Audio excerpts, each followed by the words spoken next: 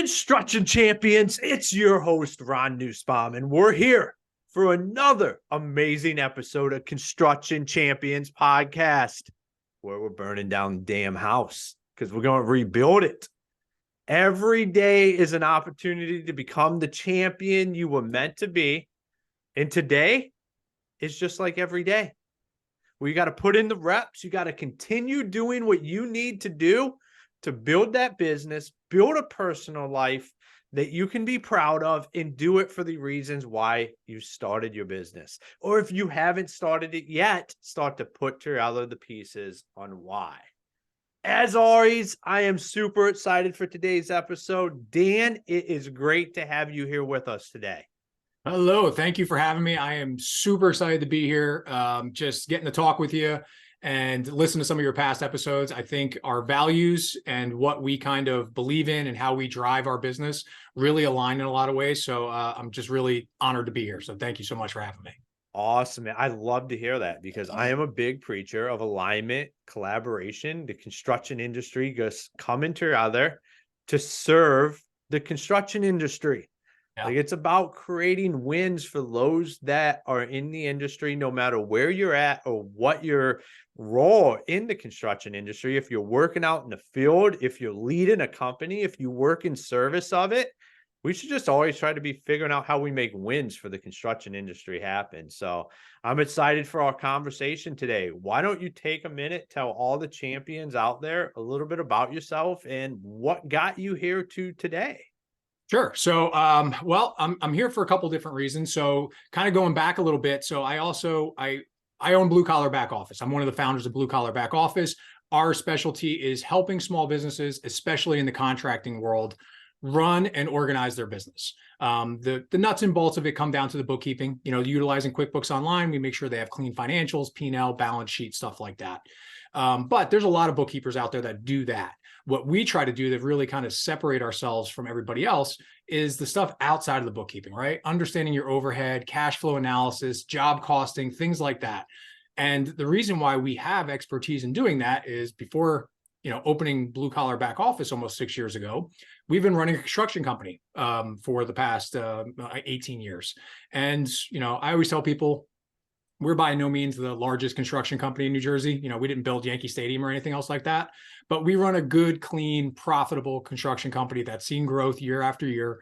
And the reason that we do that is because we're structured, we're organized, we're on top of the things that we need to do, and nothing slips through the cracks. So as we grew and knew where to go with our business, because some of the things I'm sure we'll talk about today, we had the capacity and the foundation to build upon to help us get to where we wanted to go.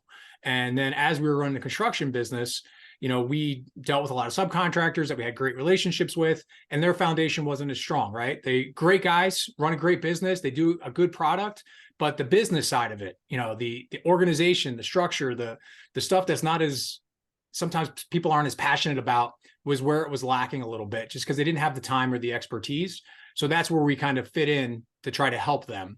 And then we found that, we provided a good service, and there's got to be people out there besides just our friends that needed our help. So that's how we started Blue Collar Back Office, to try to expand our reach and try to help other small businesses. Awesome, man. I love it. It's always the friends and family. It's how stuff gets started. Like they're good guinea pigs. Yeah, you get out there, you figure it out, and the light bulb. There's got to be more. Like it can't just be the people I know that have this issue. Exactly. Awesome, man. Well, I'm excited to dive in. I'm just going to get in there, ask you the $1 million question. And that is, what makes a construction champion? Hey everyone, wondering why you need builder comms for your next construction project? Here are 3 solid reasons. First, it keeps your team and clients seamlessly connected in real time. No more delays or communication mishaps. Second, all your critical documents are organized and just a click away. Lastly, accessibility to project photos is immediate and secure. So get builder comms now and experience stress-free project management like never before. Get yours now and simplify your construction projects. So I put a lot of thought into this, and there's like a lot of different ways I thought about going with it. But I think what I'm going to come back to is kind of just my overreaching mantra in the construction industry, in blue collar, in my life is if my intention is to do the right thing, I'm going to end up okay. And so are my clients, and so are the people that I care about and that are around me. So what that means is don't try to do the easiest thing. Don't try to do the cheapest thing. Don't try to do the fastest thing. Always focus on doing the right thing. And sometimes those are going to align with what's easiest or what's cheapest, but doesn't matter. If I focus on doing the right thing, if that's my intention every single time, even if I have to then take ownership and responsibility of a mistake that I made, or I have to take the hit on a job because we mismeasured something, or whatever the case may be, if that's always my intention, I'm always going in the right direction, and things are going to work out, and it's going to be the best possible outcome for my client, for my team, and eventually for myself. Because there's nothing that ruins a relationship quicker. I'm in a service industry, whether it's talking about construction or talking about blue collar and the bookkeeping, I'm in a service industry where I'm trying to help other people, and I have a responsibility to them. And if there's dishonesty and there's shortcuts and, things like that, it's the quickest way to sour a relationship. And then you're just hurting yourself long-term. Yeah. I mean, I couldn't agree more with you on that.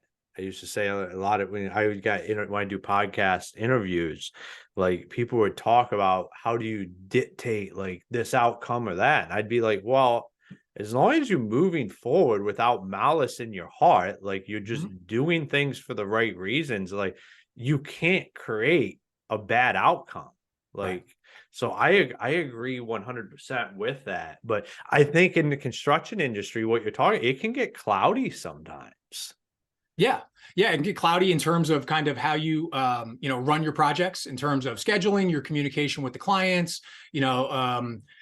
I think a lot of times it comes down to being uncomfortable, right? And sometimes people don't want to be uncomfortable. And that sometimes means telling a client something they don't want to hear, whether it's in terms of the schedule or in terms of the cost, or, understanding that you're going to have to go back and do something that you didn't think you were going to have to do. So to avoid that uncomfortable feeling, sometimes people make decisions that in the long run aren't going to help them, where that moment up front, if you're honest, you own it, you take ownership of it, and you have that uncomfortable conversation, in the long run, it's going to benefit you, it's going to benefit your client, and there's going to be a lot more mutual respect and satisfaction along the way. Yeah, absolutely. So we're having an uncomfortable conversation for the construction industry here, because like this is, I 100% agree with what you're saying, but it's something where for some reason, like if we know the tooth needs to be pulled, what we do is we just continue going around, like, and then we'll chew some gum. And I'll then, chew on this side of my mouth for a while. Yeah. Maybe it'll just fall out and it won't be that big of a deal. Like this is how we can treat not just customer interaction, employee interactions. Like I've never quite understood it, how we're willing to just continue to put the pain off instead of just having like, this is just how we do it. We're going to address it this way, or we're going to address it that way. Like why do you think that is? You've been in the industry for, you said 18 years, correct? Like, why is that? So I think there's a couple different things to it, right? Like one of it, I think it just comes down to your kind of perspective on life. I think in almost all circumstances, personal, professional, you have the choice of being proactive or reactive. And proactive means that, you're causing the motion, you're causing the change, you're making things happen. And then, with that sometimes comes uncomfortable situations, making tough decisions, and things of that nature. Or you're being reactive, you're letting everything else happen, kind of kick everything down the road, like you said, like I'm just going to push this off until I absolutely have no choice. But by the time you've done that, it could be such a bigger problem than what it was in the beginning. So like that's a big part of it, is trying to take control of what's going on. And the other part of it is, like I said, people don't want confrontation, and sometimes people are afraid to say no. And especially in the contracting business, I see this a lot. And as a small business owner, I see this a lot, is when you're starting a business, no matter what business, but when you're starting a business, it's hard to turn down anything. You don't want to say no to anything. And so a client can come to you and they can have, a specific need that doesn't really fit what you do. You aren't, you're not tailored to do that. You're not the best fit for it, but you don't want to say no. You're so afraid that if you say no to this, the next opportunity doesn't come. So you used to say yes to everything. everything that comes along. You say, yes, I can do it. No problem. It's going to be great, even if you really can't. And then you're just creating a situation for yourself where you're putting undue stress on you, on your team, and you're not really delivering for the client. So one of the biggest lessons that I've learned over the last few years is that you're sometimes doing a service for the client by telling them upfront, like, hey, no, I'm not the best fit for this. This isn't something that I specialize in, and I can deliver for you what your expectations are. So here's what I can do, and then walk them down a road that's better suited for them. And then I've had that conversation with, several potential clients over the years. And what's happened is I've gotten referrals and I've gotten other clients from those people because they respected the fact that I was honest with them up front. So when they knew somebody that I could service, they gave them my name. So it's just about the honesty all the way around. It all comes back. Even though it hurts right now, in the end, it's going to feel better. 100%. I know there's no more of a freeing feeling than just understanding this is what we do and we're only going to do it. I mean, you work around the numbers aspects of things a lot, but I feel like in the construction industry, like we chase top line revenue so much that we lose sight of the bottom line. Like we'll do whatever we can to bring in this business, even if it might destroy us, because we feel like we need that top line revenue, or we just need cash flow. We make all these excuses for why on this project, I do kitchens, but they have a bath right off of it. I'm just going to do the bathroom too. Like, why not? So it's funny. I talk to, obviously I talk to a lot of people in the construction industry on a regular basis. And a lot of times people give me that top line number. I do this much in revenue. And it's like, cool. What's your bottom line number? That's what impresses me. Because you can do 10 million in revenue and, make 10 grand in profit at the end of the year. And that's not all impressive. That sounds like a lot of headaches to me. That sounds like a lot of work to make a top line number and make no bottom line number. I'd be way more impressed if you were doing, 200,000 in revenue and you were making 50,000 in profit. That means you're turning a good overhead number and you're doing you're running your jobs profitably. So, but it's, people love that top line number. Like you said, some of it's ego, and trust me, I love to know what my top line number is, and I have goals set for it. But everybody wants to say I run first you want to say I run $1 million business, and then you want to say I run a $10 million business and a 20 million, and so on and so forth. A lot of people have those goals, and you make decisions that drive you towards that number instead of towards your bottom line number. Absolutely. So how do you help guys get out of that mindset, besides the fact that you just make more money if you focus on the bottom? Yeah. So I think it's being a little bit granular. So in our construction industry, our construction company, when we started out, we were just doing strictly drywall. That's it. We were a drywall contractor. So, and that's an industry, which I'm sure, it's a quantity over quality. You got to do a lot of jobs and you're grinding to make any kind of money. And then we slowly got into doing, paint work and minor, residential work and so on and so forth. But one of the key things that we did, my business partner and I, Anthony, is, we knew right from the beginning is we don't want to just look at our company's P&L. We want to look at a job by job basis. We want to be granular. So for a couple different reasons. One, we want to be able to catch where we make mistakes, because it's going to happen. We're going to mismeasure something, right? But if we catch it, it gives us an opportunity to correct it going forward. But the other thing it really allowed us to do was understand the areas of our business where we were making money and where we were just grinding and spinning our wheels and everything else like that. So as the years went on, we got into this great niche of working in independent living and assisted living retirement communities, doing renovation work there, flipping over apartments, doing new cabinets, flooring, stuff like that. Nothing crazy, but just, makeover renovations. And because we're job costing, because we knew, where we were spending money, losing money, our profit on each job, we got to break our company out into these 3 different categories and understand, here's how we do on drywall, here's how we do on painting, here's how we do on quote unquote construction, which we put into that category. So we could see this is the bucket that's filling up our bottom line. This bucket's filling in our top line, but it's taking up a ton of our time. It's, taking up 80% of our time and it's only contributing 5% of our profit. So it's like, it's not a good ratio. And it was because we were granular enough to look at our jobs that way. And that's really what I try to stress to any potential clients and our existing clients, is to not just look at the bank account each week and be like, hey, I got more money in the bank account today than I had last Friday. I must be doing great. Because there's a difference between being successful and reaching your potential.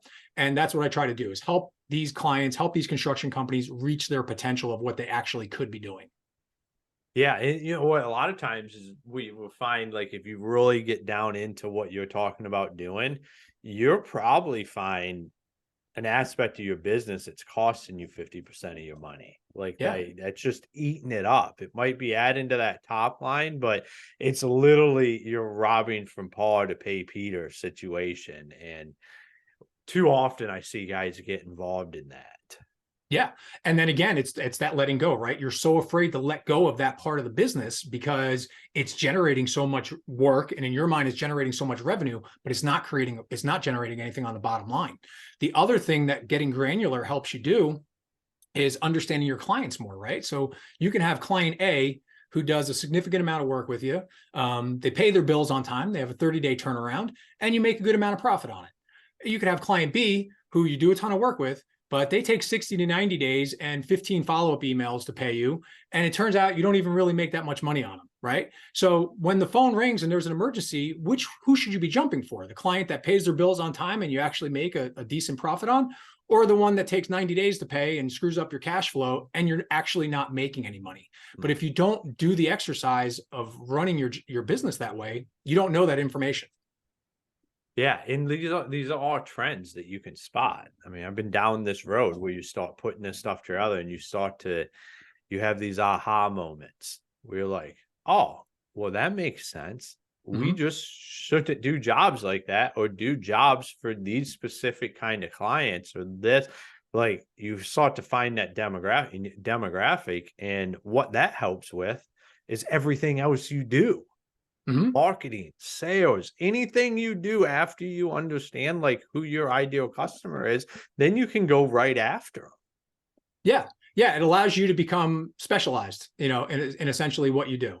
And your employees, your crews, your teams, your subs, it helps all that too, right? Because it's creating repetition, the expectations the same, everything else like that becomes more of a pattern, more of a routine, and you just get better at it. It's like anything else, swinging a golf club, anything. The more times you do it, the better you get at it.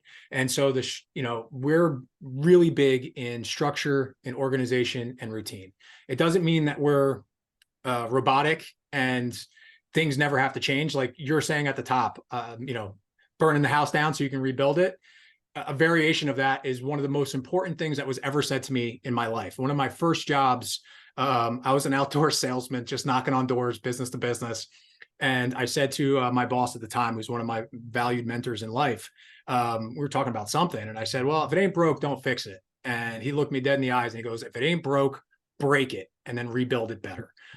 Because once you become complacent and just think that nothing ever changes, you're either moving forward or you're moving backwards. It's very hard to actually stand still. So structure and organization is really important to me and something that I talk about a lot, but it's also about looking towards what you should be doing next week, not always what you're doing today. Well, you can't break something if there's nothing there to break. Well, like that's you're true just too. continuing on. Like, I mean, and it makes your employees so much happier when you have efficient, like when you're like, this is just what because chances are what is killing your business, they don't even like doing. And they're going to be so much happier. Like, I think we feed ourselves lines of BS to try to make things okay. But all we have to do is just look in the mirror, face the reality, and say, this is what has to happen for this company to continue to succeed and go in the direction we want to go. Yeah. Yeah. And also looking at, everybody can have different goals. Not everybody wants to turn their company into a $50 million a year company with, 100 employees. That's not everybody's goal. And there's nothing wrong with that. Some people they want to run a company with 10 employees and, make a good living and be good to the community and good to their clients. And that is fantastic. It's commendable. I love that. And I want to support that. But understanding what your vision is and what your goal is, and then acting accordingly feeds down to everybody else in your team. Because, if you want to become that $100 million company with 100 employees, you have to start thinking about that when you're a $250,000 employee and putting the foundation in place now for that to happen. It's not going to happen by mistake. It's not going to happen overnight. And if it does, you're not going to be prepared to handle it. So having a vision and then making sure it actually feeds into the rest of your team and the rest of your culture is really important, because otherwise you're just setting yourself up for frustration. Absolutely, man. You're right on point with all of that. So, great show. I mean, like you bring in a lot of great points. I love them. There's a lot of golden nuggets in this episode for guys. So if anybody wanted to follow you, find out more about what you do, where's the best places for them to do that? Honestly, best place to start is our website, bluecollarbackoffice.com. So on there, we try to have a bunch of information about what we do, services we offer, our About Us page. As you can see, everybody from our team, we got a great team of people. I mean, that's really what makes us, is our team. And honestly, I say a lot of stuff, and I do love getting to meet with our clients and talk with other business owners. But my most important job is just supporting my team and helping make sure that they're in a position to be successful, to do what they need to do. Because that's really what makes, us successful and my clients successful. Is if I got a bunch of miserable employees that just don't want to be here every day, that's all our clients are going to feel that. They're going to see that in the results. And so my main job is just making sure everybody else is happy and has what they need. Awesome, man. Well, thank you for taking the time and being on the show today. Awesome. Thank you so much. I really appreciate this. Love what you guys are doing. It's small business and construction is the backbone of our economy, in my opinion. Mm-hmm. And, you said something before about people being successful.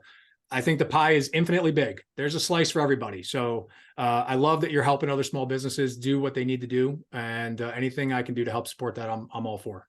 Awesome, man. Yeah, the construction industry is such a big industry that we truly can. Like, I tell guys on here all the time, like, go start meeting up with people locally. Like, there's enough work out there. Like, yeah, there's multi-million dollar contractors in every segment throughout the United States. Like, yep. Go start meeting your others, creating the change that you want to see. The only way the industry ever changes as a whole is if we come together and decide that change is going to happen. So absolutely. It's all about relationships. All about it. You got to have that connection. If you're an electrician, it's great to know a good plumber, and vice versa.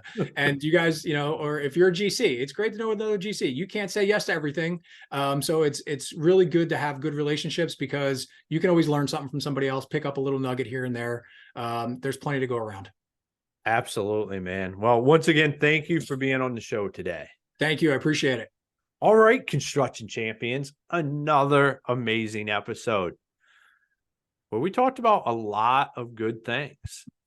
And once again, the fascination with the top line comes up. And I know, like, it's such an amazing number to achieve.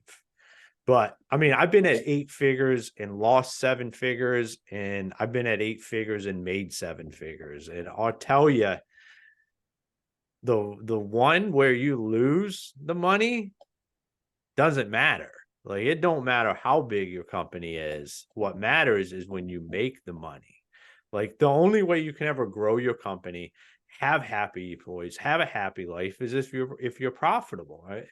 It's not a bad word to be profitable. Like, just go out there, make money, have a vision, and don't do the things that cost you money. Focus on that bottom line. There's great people out there like Dan that helps you do that.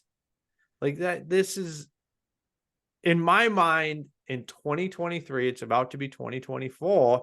Like, there's no reason to not understand what it costs you to do stuff, what a job costs you, what should you charge. Like, there's enough help out there. Go get it. Like, that's what champions do. I know it's been brought up on here many times, is how many gold medal winners are there? How many gold medal winners have coaches? Like, this is like, that's just what it is. Like, you need to go find people that can help you go to the next level. I have those people in my life. you need to have them in your life as well. So, Construction Champions, make sure you go to our website, constructionchampionspodcast.com. Check out all of our great partners, as well as join our Construction Champions Mastermind group on Facebook, where we're connecting listeners and guests. And actually, we're just connecting the construction industry as a whole, bringing everybody together. And until next time, be the champion you were meant to be. Hey everyone! Wondering why you need builder comms for your next construction project? Here are 3 solid reasons. First, it keeps your team and clients seamlessly connected in real time. No more delays or communication mishaps. Second, all your critical documents are organized and just a click away. Lastly, accessibility to project photos is immediate and secure. So get builder comms now and experience stress-free project management like never before. Get yours now and simplify your construction projects.